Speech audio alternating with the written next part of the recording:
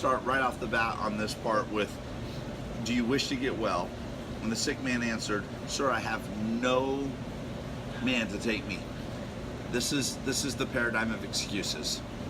This is the other thing that you need to break off your own life, the life of your children, the life of your co-workers, the life of your work environment. There's always an excuse. There always will be an excuse. Oh, I just had a baby. Oh, we're pregnant. Oh, I have kids in school. Oh, I have grandchildren. Oh, I have work. Oh, I have this league or this club or that club. You will always have an excuse as to why not. This is a great time right now at the beginning of the session or middle or end of the session for you to break off that excuse syndrome. No more excuses. Lay those things down. The question is, do you wish to get well? He says, Sir, I have no man to put me on the pool when the water is stirred up, but while I'm coming another steps down before me. And Jesus said to him, Get up, pick up your pallet, and walk. I love this. Get up. What's 3 things that you need to do to break off excuses off your life? Get up. If you want to break excuses off your life, you need to get up and out of the place of excuse. That's the number 1 thing that you need to do. Number 2, pick up your pallet. Pick up the thing that has been the thing that you've identified as your excuse. Pick up that complacent area, pick it up and shift it. Move the atmosphere. Whether it's move out of a house, move out of a job, move out of a bad relationship, there is something that you're going to that is your bed of excuse. That is the thing that you've always retreated to and lounged at and observed. So number 1, get up. Number 2, shift that area. Take it away. Pick up your pallet. And then number 3, he said, and walk.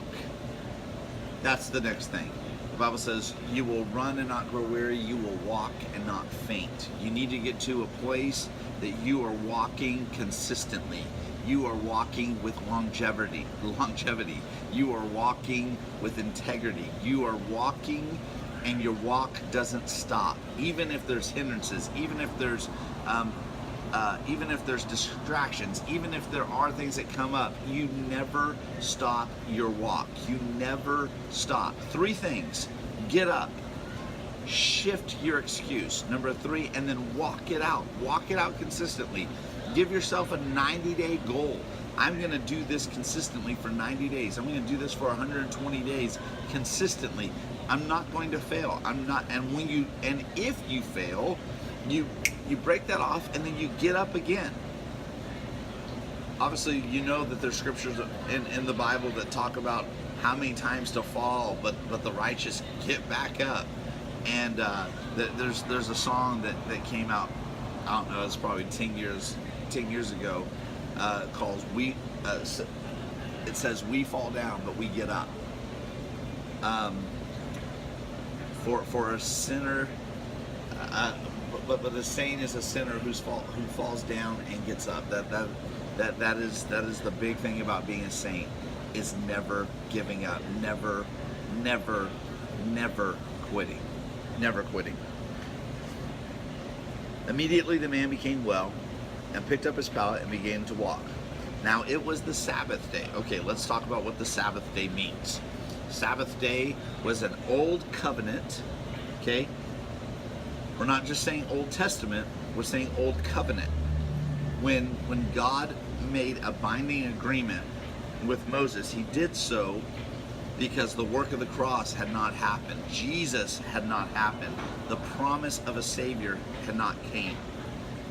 So the work of the cross had not came.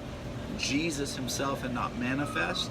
And so God made a covenant, an agreement of how this was all going to play out. Dude, knock the flies off your drink. It's bugging the crap out of me.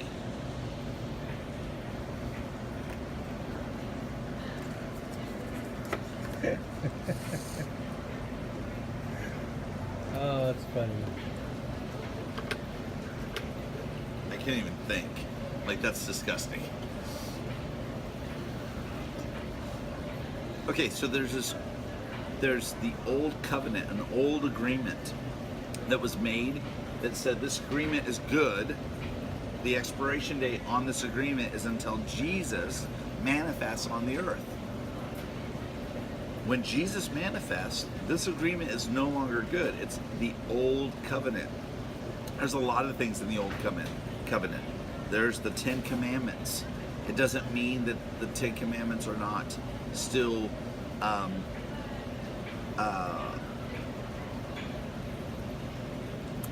virtuous.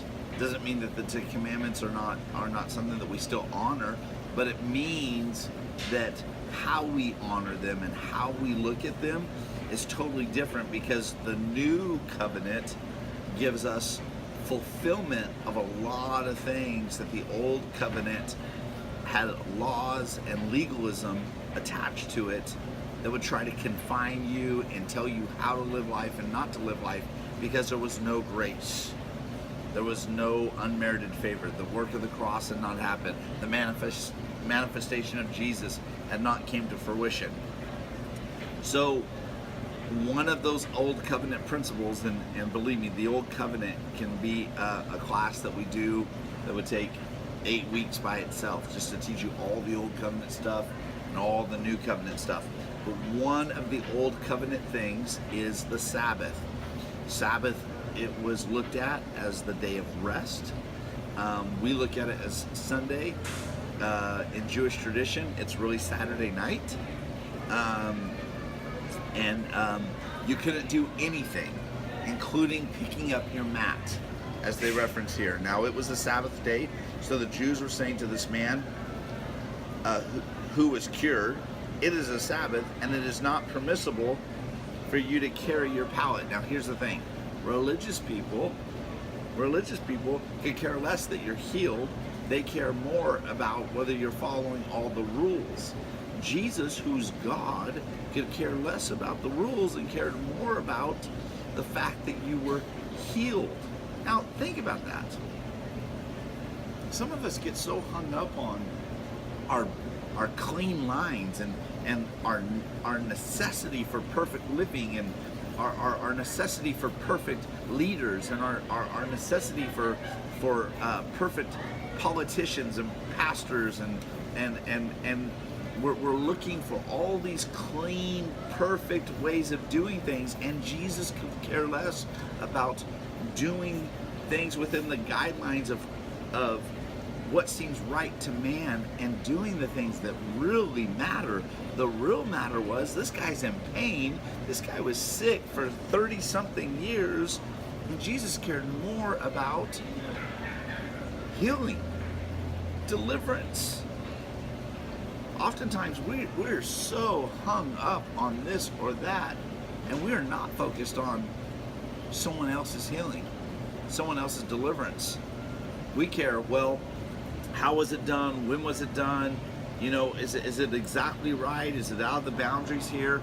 We want to focus on all the details of rules, when we should. What really comes down to, more than the physical manifestation of healing, is Jesus sees the heart of this guy, and his heart was to be healed. How do we know it was his heart? Because he was willing to lay his life down to do nothing but to contend for healing for 30-something years. He laid at the side of this pool called Bethesda for 30-something years.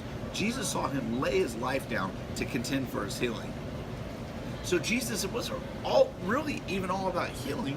It was about, this guy has a heart that is longing for something, and Jesus wanted to meet him at a heart level. Here's the thing, is if you'll start meeting people at a heart level and really get to their heart, and not be focused on your agenda, focus on how exactly your ministry, how exactly your work, how exactly your relationships are, in the context that of what you decide order should look like, and what you decide everything should be. But if you would actually get to a heart level, you're going to find greater results, deeper results. But when we're not connected to a heart level, we start stinking worrying about, like, you picking up a mat on the Sabbath day. You know, I've seen brand new Christians have an amazing encounter with God, and they don't know anything, and they start to walk in with a canned Pepsi into the sanctuary, and some church person that knows church rules goes, "Don't take that Pepsi in there," screams at them, and they're like, "Oh my God, like, I just had an amazing encounter. I love the Holy Spirit, I love God, and I hate this person who was just a jerk to me."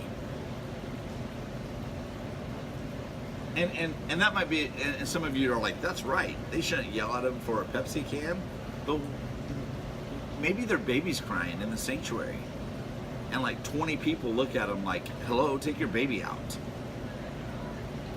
Now, by the way, if you'll get to a heart level with them first and start growing a relationship with them, you can go to them later on and say, "You know what? I love you, and I love how hungry you are. And when your baby's crying, you know what? It would be really honoring is if you took the baby to the nursery and let it settle down and come back in." Or, you know, you could start speaking into that person's life. But instead, what happens? 20, 30 people look behind them and give them the evil eye and wish their baby was not in this world and didn't exist, and that person was no longer part of the church because they don't have a clue like you have a clue.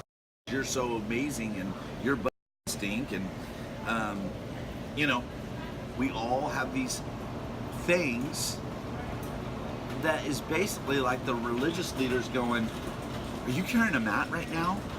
You can't carry a mat. You can't bring that soda in the sanctuary. Shut your baby up. You know, oh, you can't dress like that. You can't." Get to a heart level. Get to a heart level. This is another great place to stop right here and ask the Lord, "God, where is it that I am too religious, that I am too critical? Break that off my heart.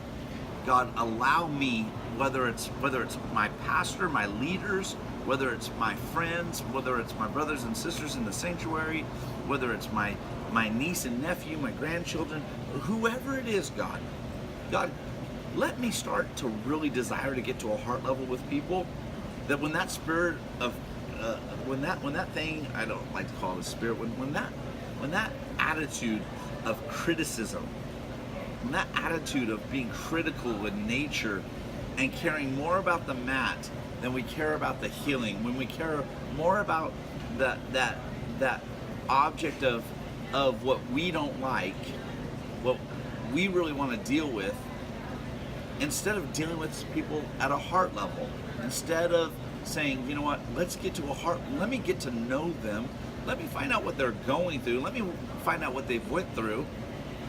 Some of you, I even hear this, that you're like, "I don't care what they went through. They shouldn't act like that. I don't care they shouldn't talk like that." You know what, you just really need to get the heart of the Father, because the heart of the Father really cares about you when no one should put up with you. That's the heart of the Father, and that's my heart for you, is to get to a heart level with you where I care about you no matter how you are. I really want you to start desiring to get to a heart level versus care about the mats. You're caring all about the mats. Break that off your life right now. So if I was you, I would just take a time right there. God, show me what my mats are, where people are carrying things that cause me to get legalistic, cause me to get critical, cause me to judge. You know what? Some of them aren't religious. Some of them are, your mats are really different. You know,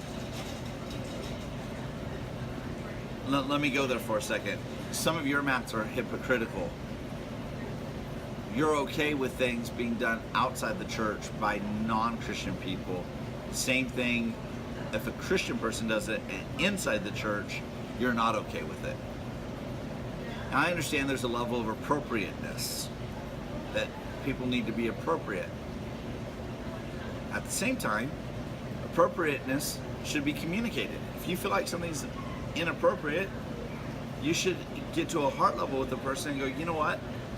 I feel I love you so much, and this being done here just feels inappropriate to me. Can you tell me your heart about that? That's a great tool to start using. I feel like this is inappropriate. Can you tell me about your heart? And once you hear their heart, you might change your mind about how appropriate it is. And number two, have the nerve, I really want to say something else, but have the nerve to go to a person and tell them, I feel like this is inappropriate, but I love you and I really want to hear your heart. You might change your mind, but the other person might go, oh, I didn't realize I was being inappropriate. And they might go, you know what, I'm sorry. Let me change that up. And because I love you so much, I'm willing to change that up. If they hear that, there's a shift. There's a shift in relationship, and you get to go to a deeper level. Both sides get to go to a deeper level with each other. The problem is most people don't have the nerve.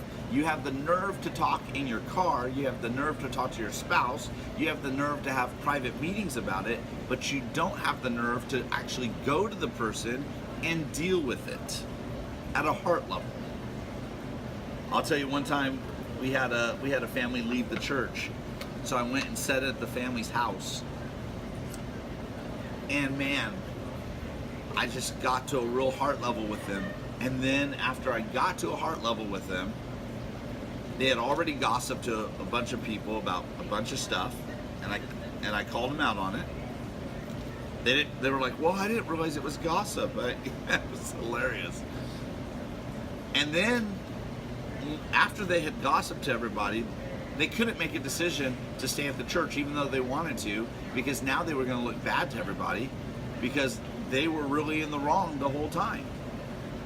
And they couldn't change. They were like, PC, we love you. We're so sorry. We're in the wrong. We're completely in the wrong.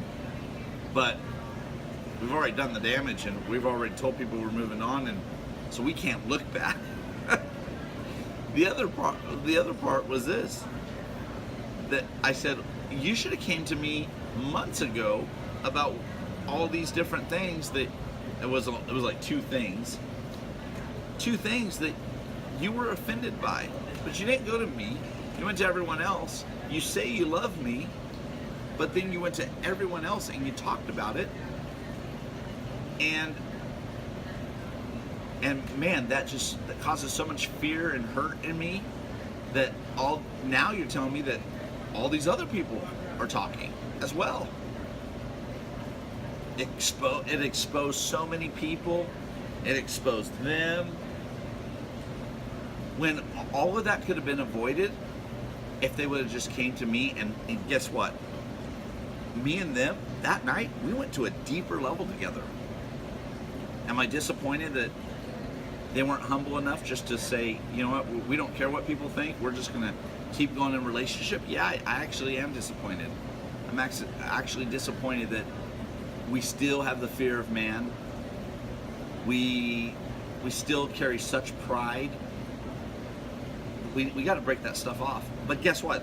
That is what this spirit, I don't want to say spirit, that is what this characteristic of the flesh does.